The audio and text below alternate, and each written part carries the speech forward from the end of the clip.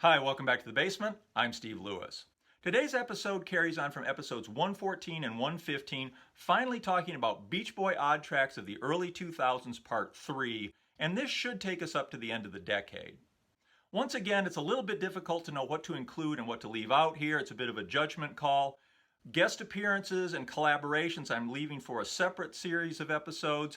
So this is pretty much, I guess in this case, Beach Boys solo tracks, and I believe in this case all Brian Wilson solo tracks in the second half of the 2000s that appeared in someplace other than an official Brian Wilson release. And kicking it off, we have the Under God Carl Wilson Tribute CD, which came as part of the December 2006 edition of Endless Summer Quarterly. The issue was available in two different covers. The CD also contains tracks from David Marks, Justin Wilson, Randall Kirsch and Christian Love, Matthew Jardine, Desi Arnaz Jr. and Billy Hinchy, Alan Boyd, and Paul Steele, among others, and 3 tracks from the Beckley Lamb Wilson Like a Brother album. The track of interest here is Brian Wilson's Believe in Yourself, which was featured in the Surf the Stars episode of the animated series Duck Dodgers, broadcast on February 4th, 2005. IMDb summarizes the plot as, when his Surf King status is wiped out by the Crusher, Dodgers must prevail in an impossible surfing contest. That is an accurate synopsis. The main event for Beach Boy fans, of course, is that the episode features not only a new song by Brian Wilson, but that Brian also plays an animated version of himself in the episode. When Dodgers is feeling hopeless because no one believes he can win the surfing contest, a ghostly vision of Brian appears as what Porky later calls a psychic manifestation of spiritual energy. Brian reassures Dodgers that it doesn't matter if no one believes in him as long as he believes in himself. I won't give too much else away because if you haven't seen it, I'm hoping you'll track it down and check it out. It will be worth it. It's very cleverly written with just the right amount of self-awareness of how crazy the whole plot is. Brian's dialogue with Dodgers is very funny. The plot is pretty much standard kids' cartoon stuff, but within that framework, the writing is really comically brilliant. Incidentally, have you ever noticed how much better cartoons got around the late 80s and early 90s? I think it's because the people that grew up watching Saturday morning cartoons in the 50s, 60s, and 70s finally got old enough to make them themselves. There were certainly some funny, clever cartoons back in the day, Jay Ward with Rocky and Bullwinkle and some Looney Tunes and so on, but I think a lot of those cartoons back in those days were made by real serious adult men who had come up through the Depression and World War II and were kind of embarrassed to be making kids' cartoons, or at best just saw it as a way to put dinner on the table. I think it wasn't until the cartoon generation took over that we started getting the really great, clever animated series that we've had so many of over the last several decades. Anyway, there's a little digression for you. This episode of Duck Dodgers is certainly an example of one of those clever, quality cartoons. I wish all Beach Boy TV guest spots were this well written. As you'd expect, the song, Believe in Yourself, plays under the big surf competition, which is suitably wild and ridiculous and includes some clever visual references to Scooby-Doo and Popeye. And of course, believing in himself, Dodgers is finally able to win the competition.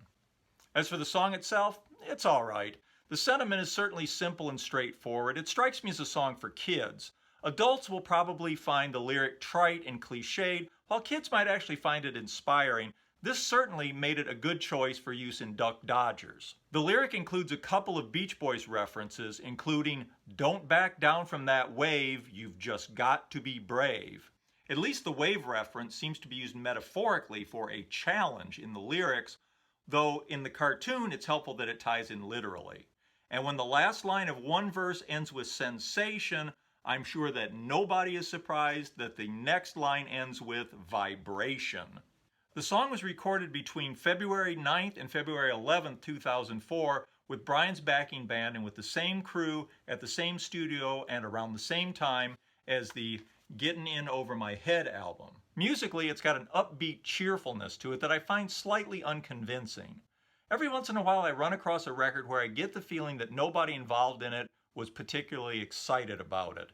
This is one of those times. The sound of the backing track, strangely, strikes me as a bit of a throwback to the very 80s sound of Brian's first solo album. And both the track and the backing vocal arrangement seem a bit underdeveloped compared to other work Brian was producing at the time. Again, maybe this is a sign that nobody was particularly enthusiastic about this track and it didn't get the polish that another track might have.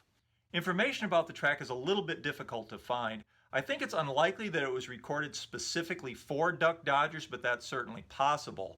I think more likely it was recorded for Getting In Over My Head and passed over, then later contributed to Duck Dodgers where it was put to good use. I'm thinking then that that makes it more of an outtake from Getting In Over My Head than anything else, but please let me know if you have any additional information. Also, if you happen to be looking for a copy of the Under God CD, I believe at the time I'm recording this in 2022, you can still get the version of the Endless Summer Quarterly with the alternate cover through Endless Summer Quarterly's website. Technically, David Mark's guitar-led instrumental version of Long Promised Road from this CD is a Beach Boys solo recording, but I think it'll lend itself better to a discussion of David Mark's solo work, so we'll leave it for then. Likewise, we'll also save the discussion of Mike Love's Santa's Goin' to Kokomo, released December 5th, 2006. This and other Yuletide releases like Al's Big Sur Christmas from 2008 and Christmas Day from 2009, as well as Mike's contributions to Hope for the Holidays from 2009, we'll also save for a larger discussion of Beach Boys related Christmas records. Additionally, we'll save Bruce Johnston's solo version of She Believes in Love Again from the Friday Music 2007 sampler for a future Bruce Johnston episode. Next up is another release from that period in the early mid-2000s when practically every retailer was trying to get into the CD business with their own line of exclusive releases. From American Eagle Outfitters and Ann Taylor to The Gap, Foot Locker, and Victoria's Secret to Pottery Barn and Restoration Hardware. The checkout counters at practically every store in the mall had a small selection of exclusive CDs. Most of these were curated collections of previously released material, but there was some new music as well. And as the decade went on, some retailers got more heavily involved in selling CDs. Paul McCartney's 2007 album, Memory Almost Full, was released on Starbucks' own Hear Music label. You could pick it up along with your Grande Hazelnut Decaf Latte at the checkout counter of Starbucks coffee shops. In fact, 47% of the albums sold in the first week of release were purchased at Starbucks. You could also get an exclusive Paul McCartney Starbucks gift card. Also in 2007, Target launched Spotlight Features to create music CDs exclusively for sale through Target stores.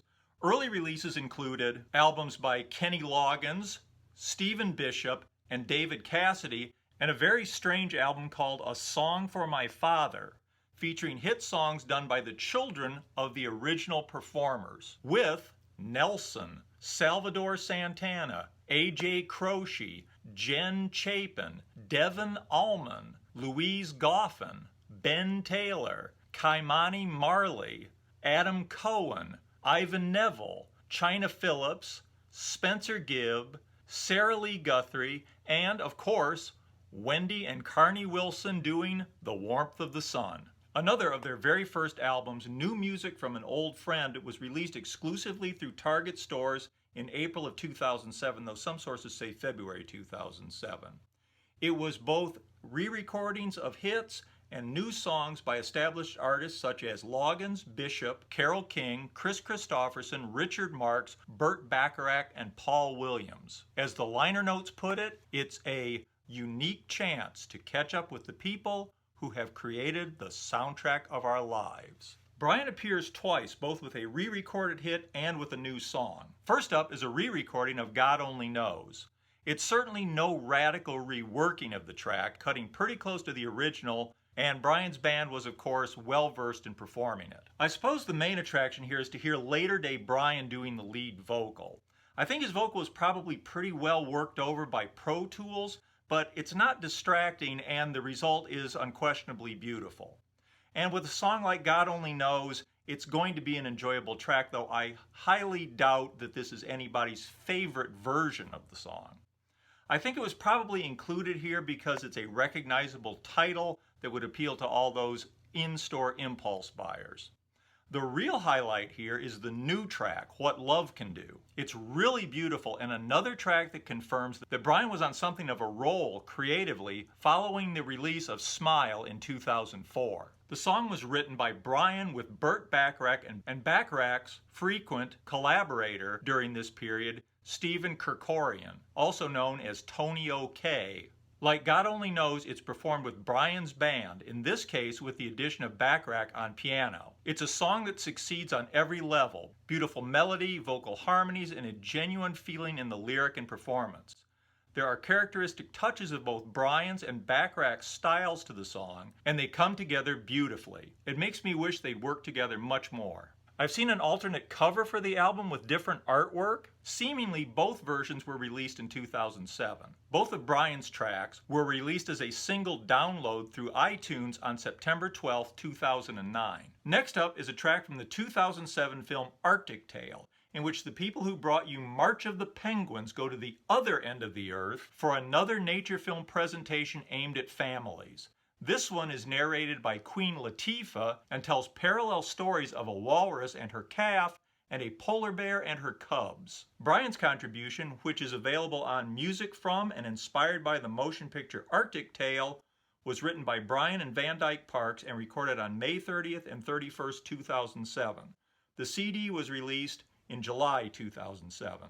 This is another of those tracks showing Brian in fine form. It's beautifully sung and performed with lots of pleasant melodic hooks. There's clearly no shortage of musical or lyrical ideas here. The soundtrack recording runs 3 minutes and 53 seconds. There is also, of course, a 2-minute 35-second version of Live Let Live and That Lucky Old Sun reprise on That Lucky Old Sun album in 2008. This version notably features an entirely different set of lyrics apart from the Live Let Live Not Die refrain and My Heart Beats So Fast. Both are appropriate for the Arctic theme, though the album version contains some references to whales which wouldn't have made sense for the film, which centers on walruses and polar bears. In any case, these versions showcase what a creative and prolific lyricist Van Dyke Parks is. From November 2007, we get Brian's contribution to the book and CD Blue Moo, written and illustrated by noted children's author Sandra Boynton,